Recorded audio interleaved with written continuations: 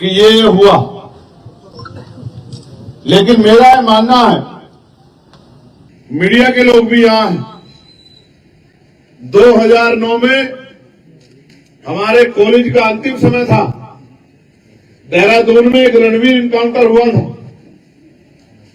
उस इनकाउंटर में एक नौजवान जो अपने गांव से चलकर देहरादून गया था, वहां के एक दरोगा जी से किसी बात पे उसकी बहस हो गई।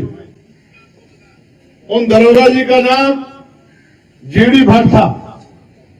दरोगा जी को यह बात बर्दाश्त नहीं हुई कि एक नौजवान ने उनसे किस तरह से सवाल किया, तो उन्होंने उसको पकड़ा, अपने साथियों को लिया और जंगल में ले जाकर उसके सीने में खूब सारी गोलियां दाग दी।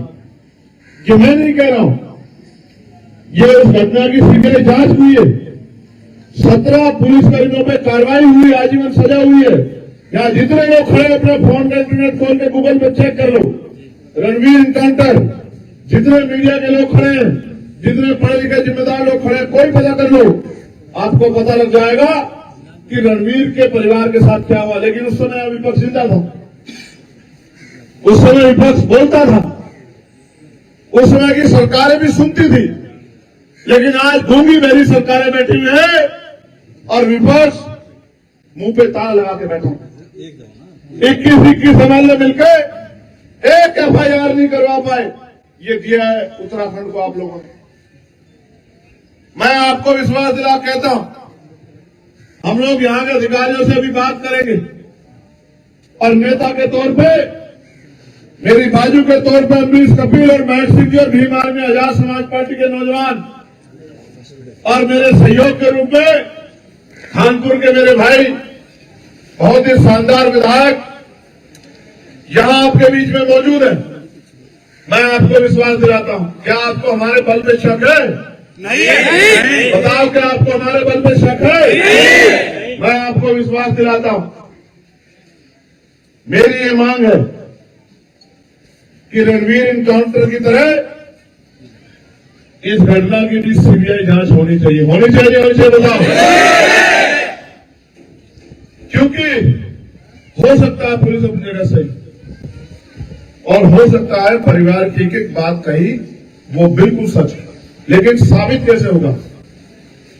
जब रणवीर इनकाउंटर में पुलिस ने एड़ी चोटी का जोर लगा के साबित करने का काम किया कि रणवीर अपराधी था, उसके ऊपर झूठे इल्जाम लगाए कि वो यहां अपहरण करने, फिरौती मांगने, लूट करने आया था, तो तब मामला दोनों पक्षों में जब विवाद हो गया तो उनसे ऊपर जाना पड़ा।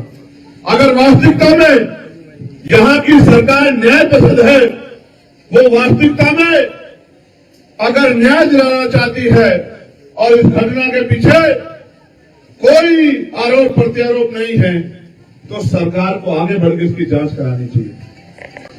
अगर मेरे विपक्ष के सम्मानित विधायक जिस दिन मुख्यमंत्री से मिले थे उसी दिन वहीं बैठ जाते और कह देते जब तक एफआईआर नहीं होगी, एफआईआर से फांसी नहीं चल रहा था कोई, एफआईआर होती, उसकी जांच होती और जांच में जो दोषी पाया जाता उस पर कार्रवाई हो।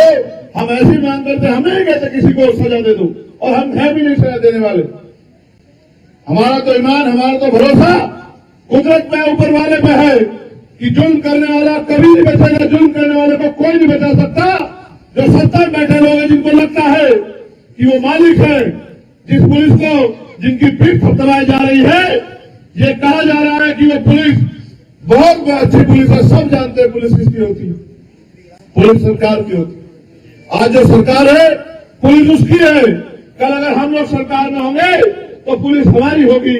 मगर हम न्याय पसंद लोग हैं, हम किसी के बच्चे को मारने की जाए जो है पुलिस को न आज देते न तब देंगे, क्योंकि हम ये चाहते हैं हर आदमी की जिंदगी महत्वपूर्ण, हर आदमी की जिंदगी जो है उसकी रखवाली होनी चाहिए।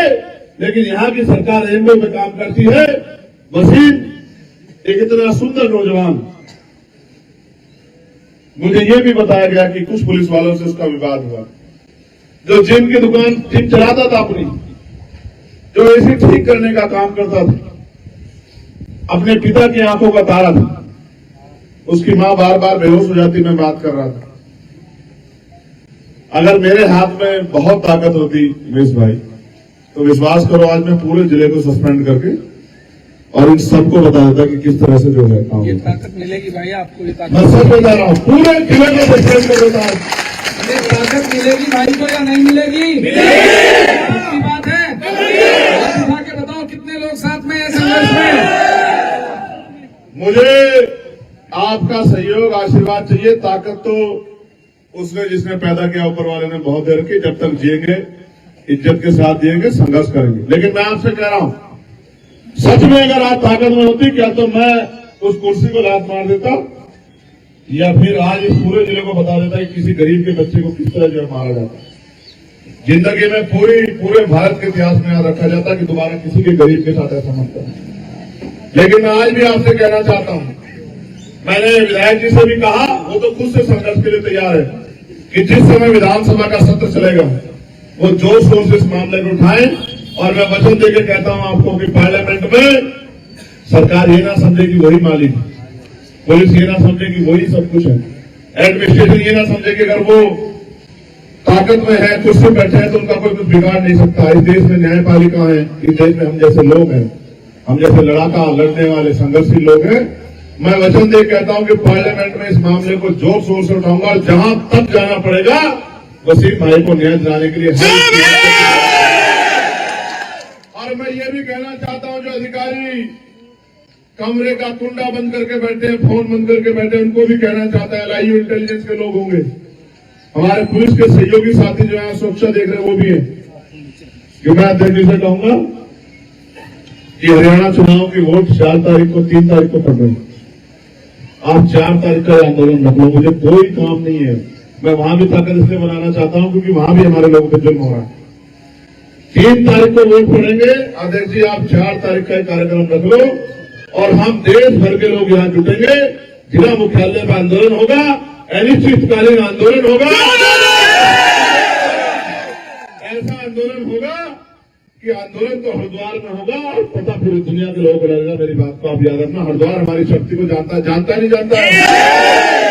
हम संविधान को मानने वाले लोग हैं, हम नहीं कहते किसी निर्दोष पे कार्रवाई करो। मेरी पुलिस से मांग है कि सबसे पहले कई ऐसी घटनाएं हैं, उत्तर प्रदेश में कई ऐसी घटनाएं हुई हैं, उत्तराखंड में भी कई ऐसी घटनाएं हुई हैं, मध्य प्रदेश राजस्थान में भी जब पुलिस के लोगों द्वारा अपराध हुआ है। अपराधी को बचाने का मतलब है अपराध को संरक्षण देना। आज एक वसीम के साथ हुआ, अगर हम लोग चुप रहे, कल किसी और वसीम के साथ होगा, कल किसी और मैक्सिम के साथ होगा, कल किसी और अमरीश के साथ होगा, कल किसी और उमेश के साथ होगा।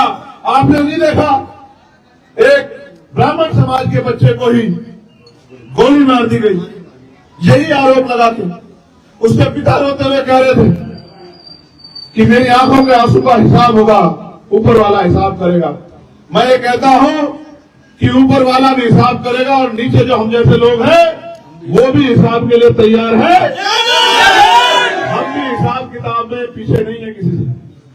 मैं आपको विश्वास दिलाता हूं, माननीय अध्यक्ष जी को सारे काम छोड़ दो, अभी अभी से गांव-गांव जाना शुरू करो और 4 तारीख को हम लोग, उमेश भाई आप भी समय निकाल के रखना, आप और हम सब लोग मिलकर बताओ चलोगे नहीं चलोगे?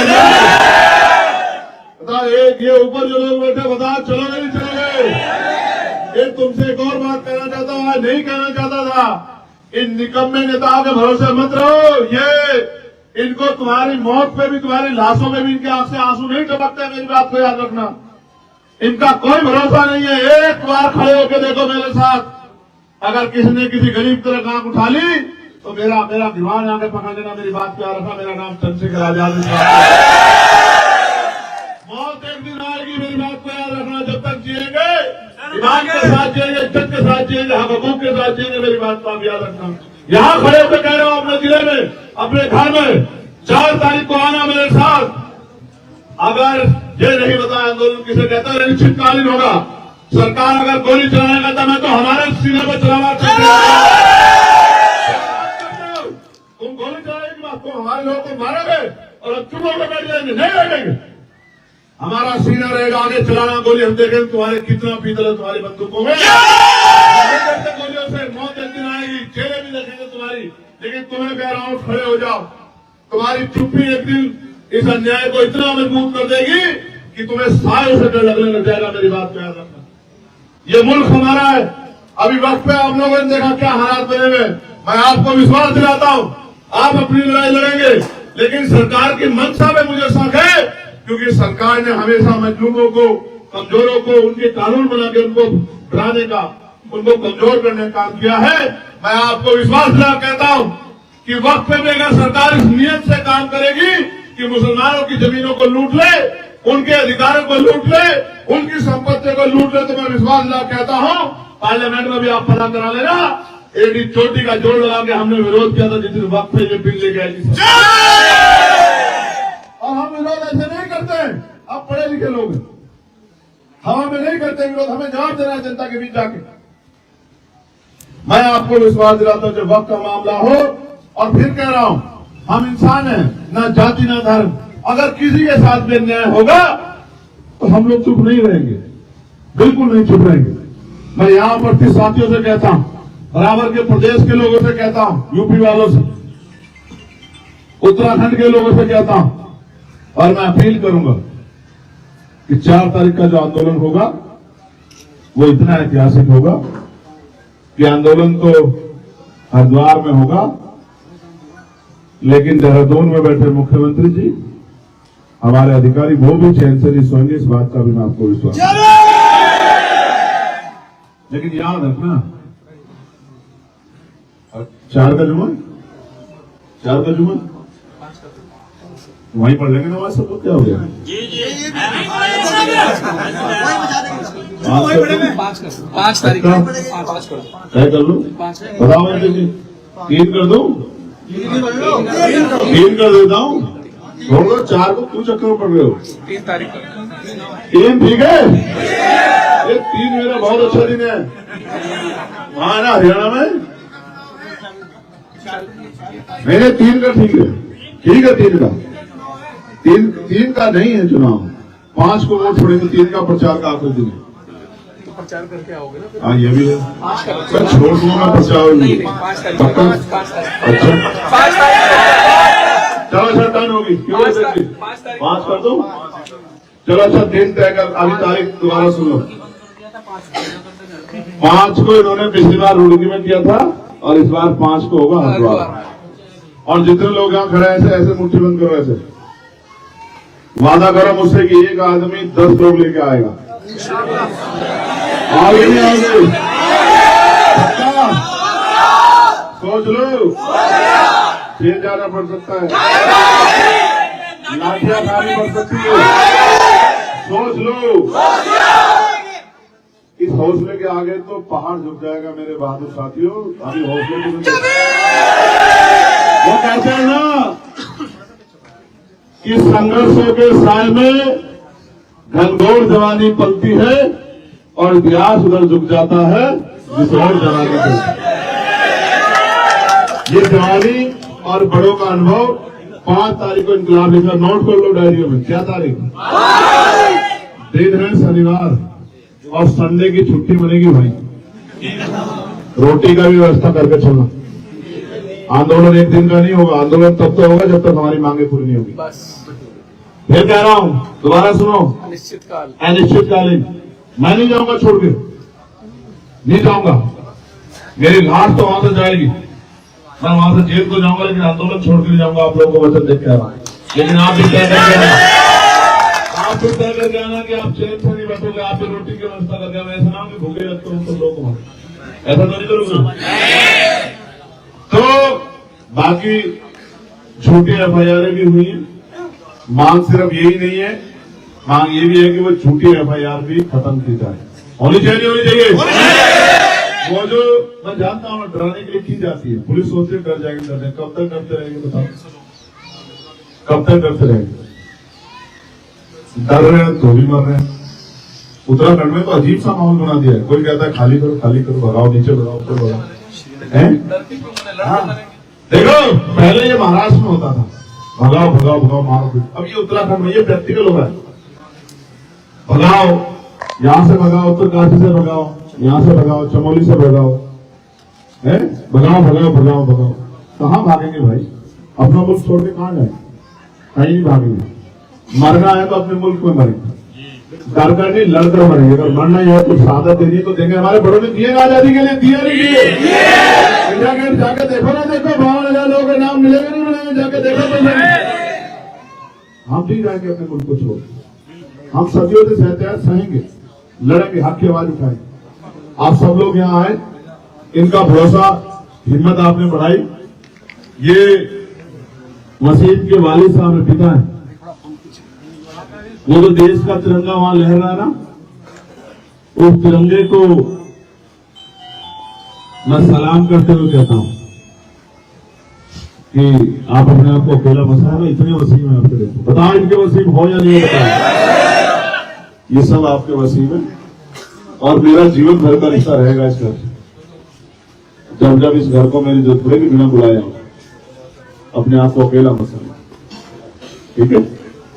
मगर अब आपसे आग्रह है कि आंखों में आंसू मत लाना, आपकी आंखों में मेरी हिम्मत तोड़ता ना, हिम्मत करो, सब करो। हम सब लोग प्रार्थना भी करते हैं, दुआ भी, कि आप लोग जो हैं आप लोग सब करें, ठीक है? आप सब लोग यहाँ पहुंचे। यहाँ तो मेरी लोकसभा के लोग भी चले आए, मैं विधायक जी को बता रहा था। अभी उधर सरदार साहब को, जावेद साहब को मैंने देखा, उधर ये खड़े थे, इरफान भाई और सब लोग। और यहाँ तक आगे मैं तो देख रहा था कि ये इनका मेरे बगैर जी नहीं लगता, जबकि मैंने तो कल का प्रोग्राम बना लिया कि मैं एक दिन कोशिश करके चुनाव छोड़ के जाके वहां जो है रह के आता हूँ, ठीक है? तुम लोग मुझे मिल लेना अभी, क्योंकि मुझे अभी मेरे 2-3 कार्यक्रम में निकलूंगा, ठीक है? बहुत बहुत जितने साथी हैं भीम आर्मी के, ये एक हमारा वो नौजवान कहाँ है, ये कहाँ है, इसका क्या नाम है? ये वो मोबाइल शॉप चलाता है, परवेज कहाँ है? ये वसीम